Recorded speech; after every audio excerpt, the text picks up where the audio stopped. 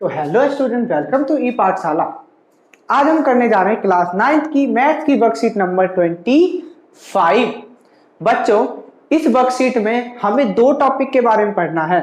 पहला टॉपिक है माध्यिका मतलब कि मीडियन, और दूसरा टॉपिक है एल्टीट्यूड मतलब कि अभिलंब। तो पहला टॉपिक हमारा है माध्यिका। तो हम सबसे पहले डिस्कस करेंगे यहाँ पे कि माध्यिका क्या होती है। तो बच्चों, माध्यिका क्या होती है वो देखो।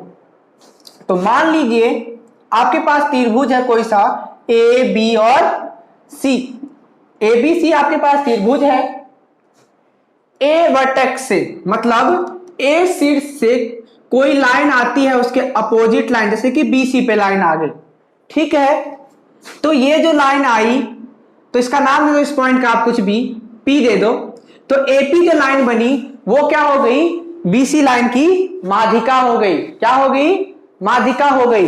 ठीक इसी तरीके से बी पॉइंट से अगर कोई लाइन जाता है, उसके अपोजिट लाइन कौन सा है, ए सी पे, तो जो यहां पे नाम होगा इसका क्यू दे दो। तो बी क्यू जो हो गया ए सी की क्या हो गई, माध्यिका हो गई। ठीक इसी तरीके से सी से अगर कोई लाइन जाता है अपोजिट लाइन ए बी पे, तो इसका नाम दे दो आर। तो सी आर जो लाइन है वो क्या हो गया, ए बी की माध्यिका हो गई, मतलब कि मीडियन हो गया। तो यही होता है बच्चों आपका मीडियन। अब हमसे कुछ क्वेश्चंस पूछे गए हैं तो हम उसका आंसर देंगे।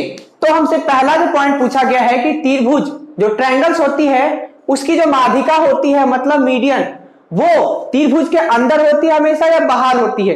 तो बच्चों मैं आपको बता दूं आपकी जानकारी के लिए, आपको यहां दिख रहा है कि एक त्रिभुज में केवल 3 माध्यिकाएं हो सकती है और वो तीनों केवल अंदर ही है। तो इसका मतलब इसका आंसर क्या होगा, अंदर, मतलब इनसाइड। मतलब माध्यिका हमेशा त्रिभुज की अंदर ही बनते हैं। ओके बच्चों, अब जो हमारे पास पॉइंट नंबर सेकंड है उसमें हमसे पूछा गया है कि क्या त्रिभुज की तीनों जो मीडियन होते हैं, तीनों जो माध्यिकाएं होती है, वो एक ही बिंदु पर बाइसेक्ट करती है या अलग अलग बिंदु पर। तो बच्चों मैं आपको बता दूं कि त्रिभुज की जो माध्यिका होती है, मीडियन होते हैं, वो हमेशा एक ही बिंदु पर एक दूसरे को प्रतिच्छेद करती है, बाइसेक्ट करती है। थर्ड पॉइंट हमसे पूछा गया है कि जिस पॉइंट पर ये एक दूसरे को बाइसेक्ट करती है उस पॉइंट का नाम क्या है, उस पॉइंट का नाम क्या है।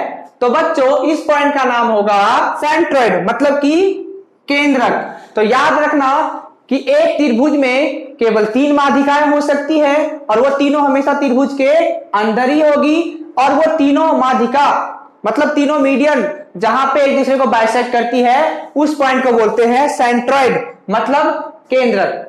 तो बच्चों आपने ये तो समझ लिया कि माध्यिका क्या होती है। अब उससे रिलेटेड हमसे एक क्वेश्चन पूछा गया है। क्वेश्चन ये है कि हमें इस त्रिभुज में देख के बताना है कि इस त्रिभुज के तीनों माध्यिकाएं जो है उनका नाम क्या क्या है। तो आपको बता दूं कि तीनों माध्यिका का नाम क्या होगा, आपको भी अच्छे से पता है पर फिर भी हमें लिखना पड़ेगा, काम मिला है तो लिखो। तो हमारा पहला माध्यिका क्या हो जाएगा, बीपी। क्या हो जाएगा, बीपी। ये जो लाइन है ये क्या है, माध्यिका नंबर फर्स्ट मतलब कि मीडियन नंबर फर्स्ट। इसका नाम दे दो, ये क्या है, पीसी। और तीसरा क्या हो गया, ए आर। तो बच्चों ये है आपके 3 माध्यिका मतलब 3 मीडियन। अब हम चलते हैं टॉपिक नंबर सेकंड की तरफ, जिसमें हमें यह पढ़ना है कि एल्टीट्यूड्स क्या होते हैं मतलब अभिलंब क्या होते हैं। तो बच्चों ये हमारा टॉपिक नंबर सेकंड, इसमें हमें यही बताना है कि एल्टीट्यूड्स क्या होता है मतलब अभिलंब क्या होता है। तो देखते हैं। तो P पॉइंट से मान लो कोई लाइन आता है, उसके अपोजिट लाइन क्यू आर पे, तो अगर वो 90 बनाती है तो क्या होगा, अभिलंब होगा। मतलब अगर समकोण बना दी तो अभिलंब होगा। हमेशा अभिलंब क्या होता है, समकोण बनाता है मतलब 90 डिग्री का एंगल बनाता है, कोई फिक्स नहीं है। जैसे माध्यिका में क्या होता था मीडियन में कि जो लाइन जो है वो सेंटर में होता है, लेकिन ये कहीं भी आ सकता है, यहां भी आ सकता है, यहां भी, बस 90 बनना चाहिए। तो 90 बन गया तो बस हो गया, इसका नाम देता हूं बी। ठीक है, ऐसे ही इधर से जाएगा, ये हो गया आपका ए, और इधर से जाएगा ये हो गया आपका सी। हमेशा क्या बनेगा, 90 का बनेगा एंगल। और ये क्या होता है, आपके एल्टीट्यूड्स होते हैं, यही आपके अभिलंब होते हैं। ठीक है बच्चों, अब हमें इससे रिलेटेड कुछ क्वेश्चंस पूछे गए, हमें उसका आंसर देना है। तो बच्चों इसमें हमसे 2 पॉइंट में पूछा गया है। पहला पॉइंट कि एक त्रिभुज में कितने अभिलंब हो सकते हैं, कितने एल्टीट्यूड्स हो सकते हैं। तो बच्चों एक त्रिभुज में 3 एल्टीट्यूड्स हो सकते हैं मतलब कि 3 अभिलंब हो सकते हैं। पहला दूसरा और तीसरा। ओके, सेकंड पॉइंट में हमसे पूछा गया है कि ये तीनों अभिलंब जिस बिंदु पर एक दूसरे को प्रतिच्छेद करती है उस बिंदु को क्या बोलते हैं? तो उस बिंदु को बोलते हैं ऑर्थोसेंटर, मतलब कि लंब केंद्र। ओके, अब चलते हैं हम क्वेश्चन नंबर फर्स्ट की तरफ, जिसमें हमसे बोला गया है कि हमें एक त्रिभुज की रचना करके दिखानी है, कंस्ट्रक्ट करके दिखाना है कि तीनों माध्यिकाएं कैसे बनती है। क्वेश्चन नंबर जो फर्स्ट है उसमें हमसे बोला गया है कि हमें बताना है कि एक त्रिभुज में जो तीन माध्यिकाएं होती है कैसे बनती है। तो आपको यहां क्या करना है, माध्यिका जो बनेगी उसमें क्या क्या बनेगा उन सभी के नाम लिख देने, वही आपका आंसर होगा। तो बताता हूं मैं आपको कैसे लिखोगे।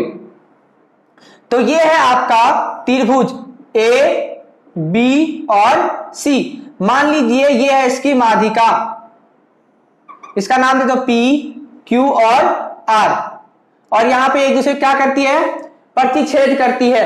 अब बस लिख दो, यही डायग्राम बना दो और लिख दो कि जो पी सी है और बी आर है और ए क्यू है, ये इस त्रिभुज की माध्यिका है, और ये क्या है, सेंट्रॉइड मतलब केंद्र। ये हो गया आपका क्वेश्चन नंबर फर्स्ट। अब हम चलते हैं क्वेश्चन नंबर सेकंड की तरफ। क्वेश्चन नंबर जो सेकंड है उसमें सेम बोला गया है, जब त्रिभुज में एल्टीट्यूड्स बनते हैं तो कैसे बनते हैं, हमें उसी के कंस्ट्रक्ट करके दिखानी है। तो फिर से बनाएंगे एक त्रिभुज ए बी और सी।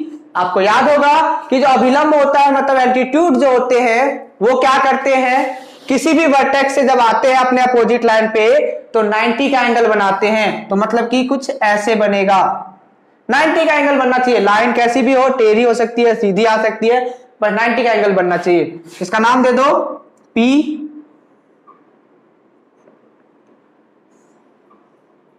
और इसका नाम दे दो Q और इसका नाम दे दो R। तो जहां पे ये तीनों एक दूसरे को प्रतिच्छेद करती है उसको बोलते हैं ऑर्थोसेंटर, मतलब लंब केंद्र।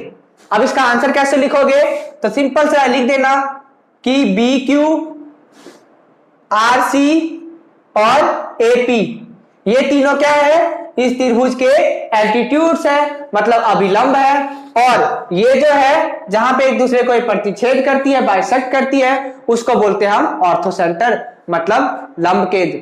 तो बच्चों ये है आपका वर्कशीट आज का, और ये वर्कशीट यहीं पे खत्म होता है। हम मिलते हैं अगले वर्कशीट में, जब तक के लिए टाटा बाय बाय और खुदा हाफिज।